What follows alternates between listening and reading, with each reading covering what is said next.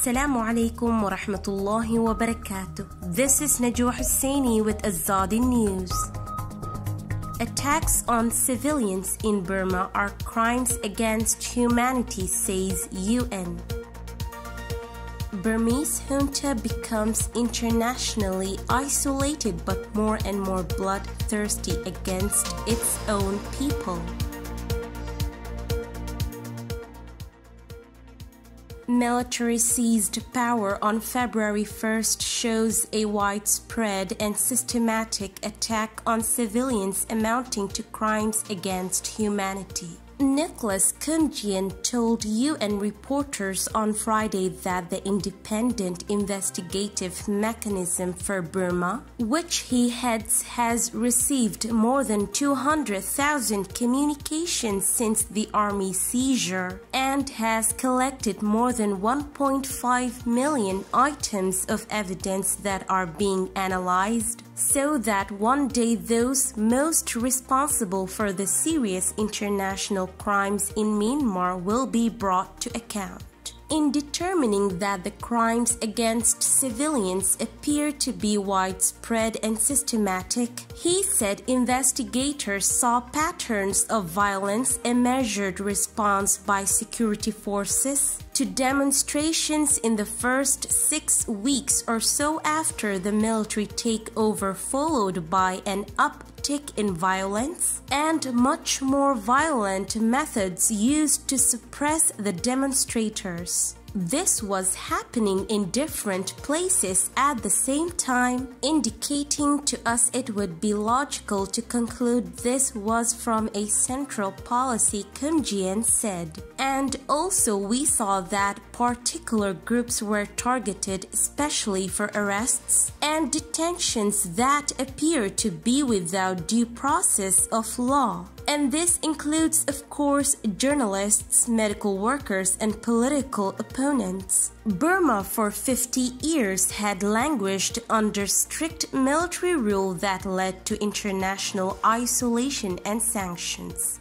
As the generals loosened their grip, culminating in Nobel Peace Prize laureate Aung San Suu Kyi's rise to leadership in 2015 elections, the international community responded by lifting most sanctions and pouring investment into the country. The February 1st coup followed elections in November, which Aung San Suu Kyi's National League for Democracy party won overwhelmingly, and the military rejects as fraudulent. Since the military takeover, Myanmar has been racked by unrest, with peaceful demonstrations against the ruling generals morphing first into a low-level armed uprising in many urban areas after security forces used deadly force, and then into more serious combat in rural areas, especially in border regions, where ethnic minority militias have been engaging in heavy clashes with government troops. Christine Schreiner-Bergener told the Associated Press news agency shortly before her 3.5-year term as the UN Special Envoy for Myanmar ended on October 31st that civil war has spread throughout the country.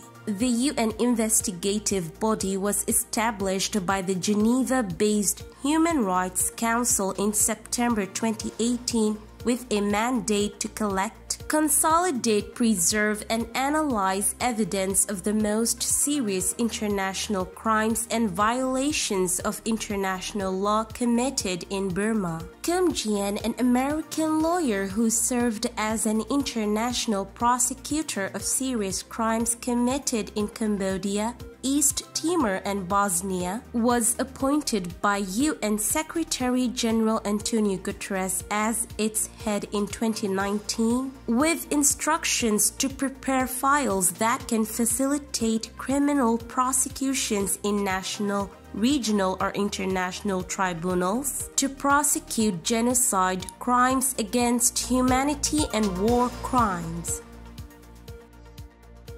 Since the February 1st coup in Burma, analysts have been anticipating a protracted civil war scenario, citing the example of Syria. Some, including the United Nations Special Envoy to Burma, have warned of a complete collapse of the economy amid grave human rights violations by the military that staged the coup. It is clear that the junta led by Major General Myong Llay has failed to maintain control of the country or bring a sense of normalcy to the country. Most observers expect a protracted stalemate amid mounting repression. Attempts to mediate from countries such as China, Japan, and members of ASEAN, the Association of Southeast Asian Nations, have so far proved fruitless and are now causing rifts within the regional bloc. It also seems that the military's most ardent supporters are beginning to lose patience and confidence. The abrupt collapse of the Burmese kyat, which has lost more than 60% of its value in recent weeks, is the latest sign of the plight facing the country's economy.